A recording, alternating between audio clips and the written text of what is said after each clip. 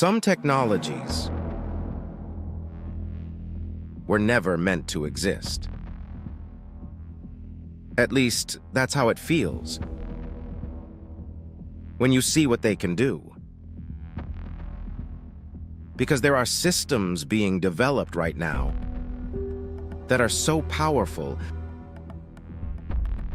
so advanced, that they don't feel real. They feel like something we were not supposed to create. And yet, they already exist. Not in secret labs, not hidden from the world, but slowly, quietly, being introduced into everyday life, without most people realizing what they actually are. Artificial intelligence is at the center of this shift, but not the kind most people think about. Not simple tools, not chatbots, not basic automation. We're talking about systems that can generate entire worlds, create realistic humans, simulate voices, predict behavior, and replicate reality almost perfectly. There are AIs today that can create videos of people who don't exist, saying things they never said, looking completely real. There are systems that can clone a voice with just a few seconds of audio, making it almost impossible to tell what is real and what is not. And this changes something fundamental: trust. Because for most of history, seeing was believing, hearing was believing. But now, both can be generated perfectly, artificially. And that creates a world where reality is no longer obvious. But that's just one part. Because there are also systems that can predict behavior based on data.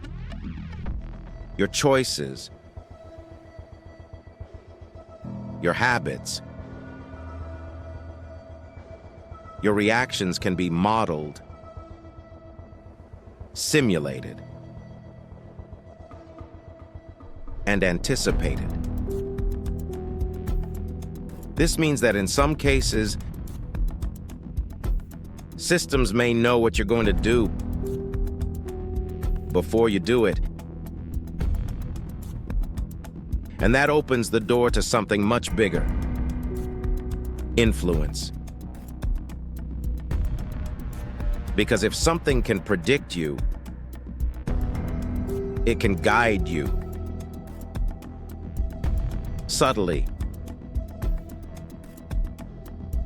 without you noticing. And that's where things start to feel different. Because this is no longer just technology. This is power. A new kind of power. One that doesn't need force, doesn't need control in the traditional sense. It works through understanding,